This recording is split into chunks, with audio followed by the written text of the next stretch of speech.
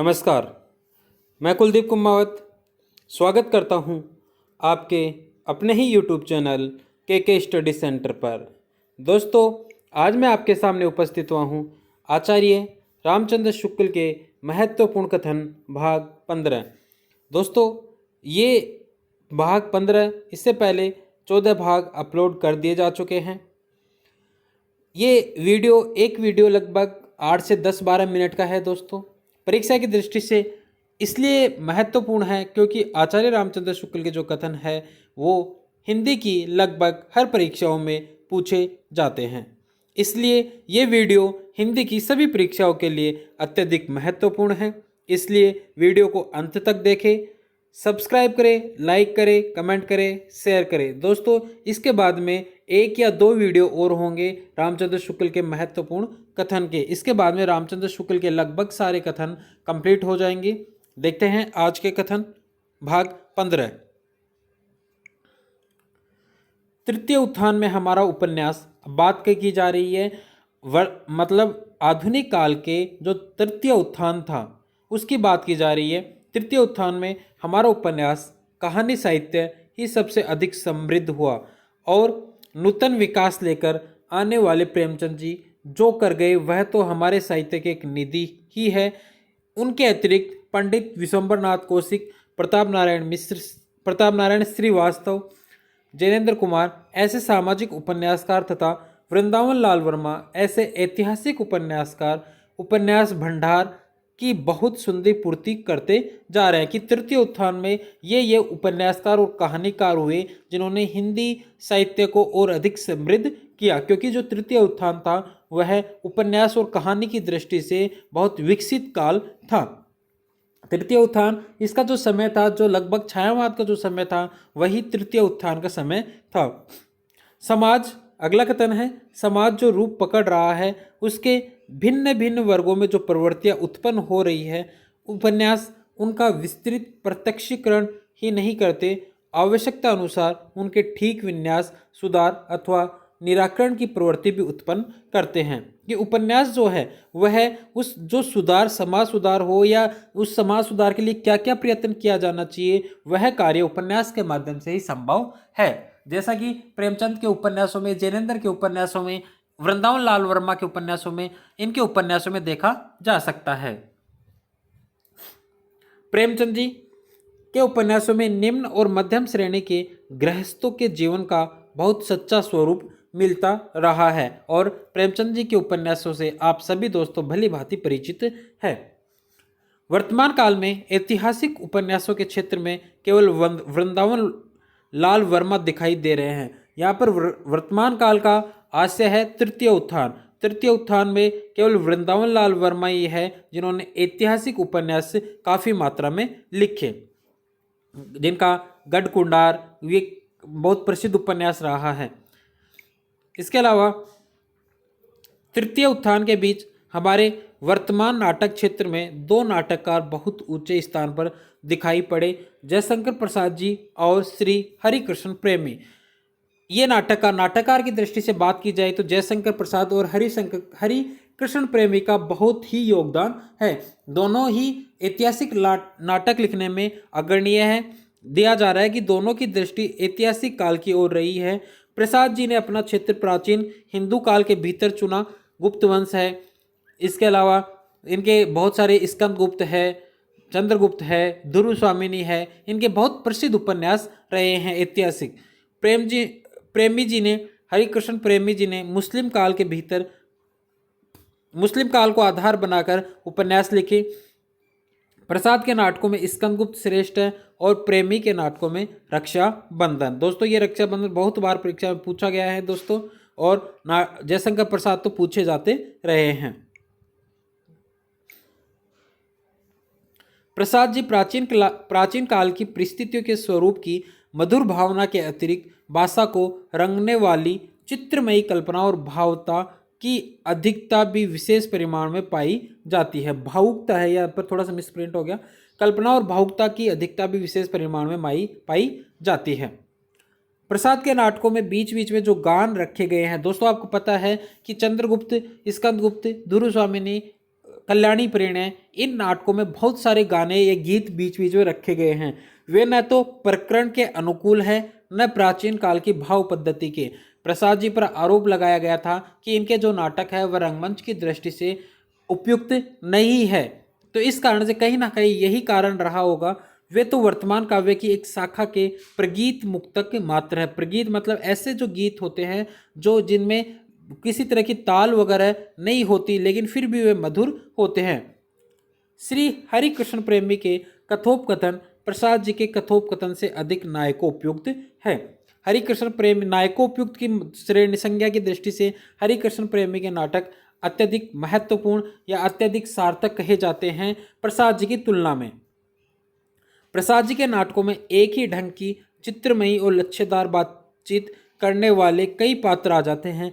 प्रेमी जी के नाटकों में यह खटकने वाली बात नहीं मिलती। दोस्तों, ये जो कथन है परीक्षा की दृष्टि से महत्वपूर्ण है। पूछा जा सकता है कि जयशंकर प्रसाद का सब या कहे जयशंकर प्रसाद के समानांतर कौन सा ऐतिहासिक नाटककार था जिन्होंने नाटक लिखे, तो हरिकृष्ण प्रेमी। समाज के कुत्सित विभित्स और पाखंडपूर्ण अंशों के चटकीले दृश्य दिखाने के लिए पांडे, बेचैन, शर्मा, उग्र ने छोटे छोटे नाटकों या प्रहसनों से भी काम लिया है। समाज के दृश्य दिखाने के लिए किसने? पांडे, बेचैन, शर्मा की बात की जा रही है। पौराणिक क्षेत्र के भीतर से उदयशंकर भट्ट ऐसे पात्र ढूंढकर लाए हैं जिनमें चारों ओर जीवन की रहस्यमय विषमताएं बड़ी गहरी छाया ढालती हुई सामने आती हैं। ऐसी विषमताएं जो वर्तमान समाज को क्षुब्ध करती हैं। उदयशंकर भट्ट की बात बताई जा रही है। यह भी प्रसिद्ध साहित्यकार रहे हैं। आगे देखते हैं। ऐतिहासिक नाटक रचना में जो स्थान प्रसाद और प्रेमी का है, पौराणिक नाटक रचना में वही स्थान भट्ट जी का है। कि ऐतिहासिक नाटक लिखने में अग्रणीय प्रसाद जी है और प्रेमी जी है, लेकिन पौराणिक नाटकों की चर्चा की जाती है तो वहां भट्ट जी का नाम आता है। दोस्तों, ध्यान में रखना।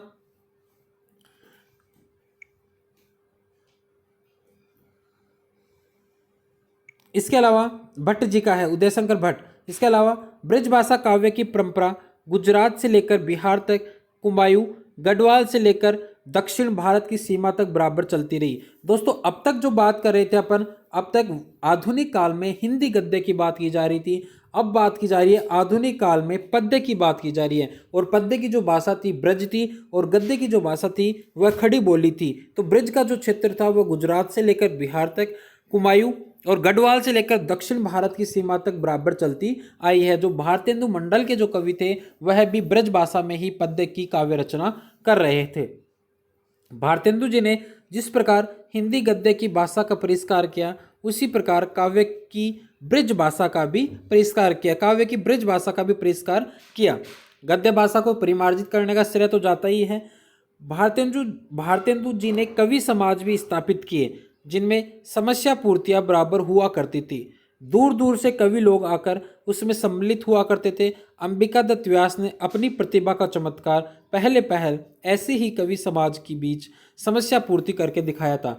दोस्तों, समस्या पूर्ति क्या है? कि समस्या पूर्ति के अंतर्गत एक किसी छोटा सा एक विषय दे दिया जाता था और उस विषय या एक अधूरी पंक्ति दे दी जाती थी।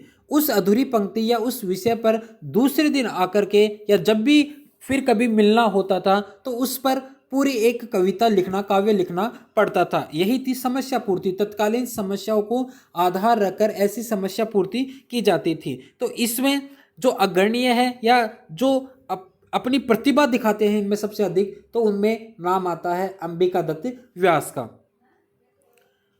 जगन्नाथ दास रत्नाकर की कविता बड़े बड़े पुराने कवियों के टक्कर की होती थी। पुराने कवियों में भी इनकी सी सूझ और उक्ति वैचित्र्य बहुत कम देखा जाता है। मतलब यह रत्नाकर जी पुराने कवियों की तुलना में बहुत पुराने कवियों की तुलना की तरह या उनसे तुलना की जा सकती थी। भाषा भी पुराने कवियों की भाषा से चुस्त और गठी हुई होती थी। ये साहित्य तथा ब्रज भाषा काव्य के बहुत बड़े मर्मज्ञ माने जाते हैं। ब्रज भाषा के अग्रणीय कवि में जगन्नाथ दास रत्नाकर का नाम आता है। आगे बढ़ते हैं। बिहारी की प्रतिभा जिस ढांचे की थी उसी ढांचे की दुलारे लाल जी की भी इसमें संदेह नहीं। बिहारी के समकक्ष माना है शुक्ल ने दुलारे लाल जी को, क्योंकि दुलारे लाल जी ने जो काव्य लिखा है वैसा ही काव्य लिखा था बिहारी जी ने। बिहारी का काव्य जैसे श्रृंगार रस के लिए प्रसिद्ध था, वैसे ही दुलारे लाल जी का भी। एक एक दोहे में सफाई के साथ रस से स्निग्ध या वैचित्र्य से चमत्कृत कर देने वाली प्रचुर सामग्री भरने का गुण इनमें भी है।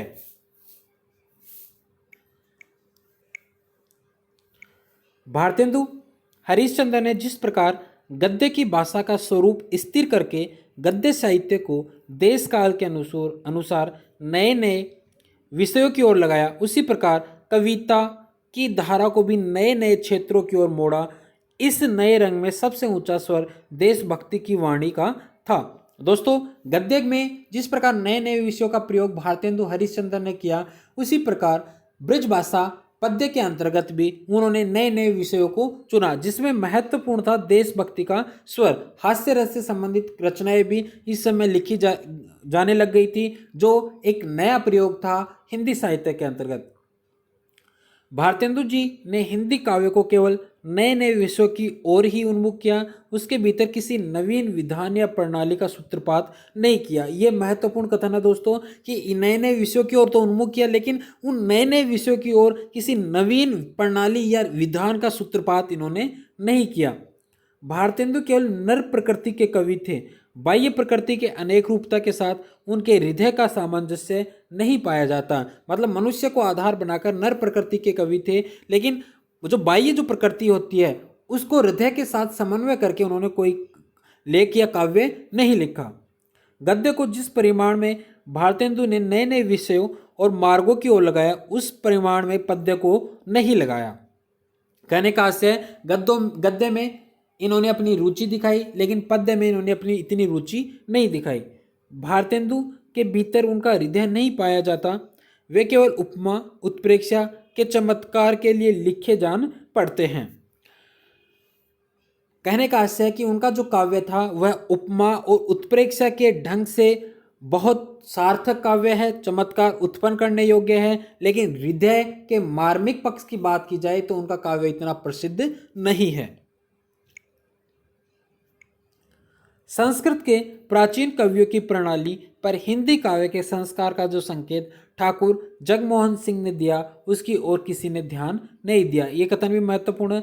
दोस्तों, अगले वीडियो में हम बात करेंगे छायावाद का जो काव्य है उसकी बात करेंगे। इसके अलावा छायावाद, प्रगतिवाद, प्रयोगवाद का जो गद्य है उसकी बात करेंगे। तो एक या दो वीडियो में अगले जो कथन है वह भी पूरे हो जाएंगे। फिर अपना शुक्ल जो है वह लगभग पूरी तरीके से पूर्ण हो जाएगा। इसके बाद में अपन चर्चा करेंगे हिंदी साहित्य का दूसरा इतिहास बच्चन सिंह की। धन्यवाद।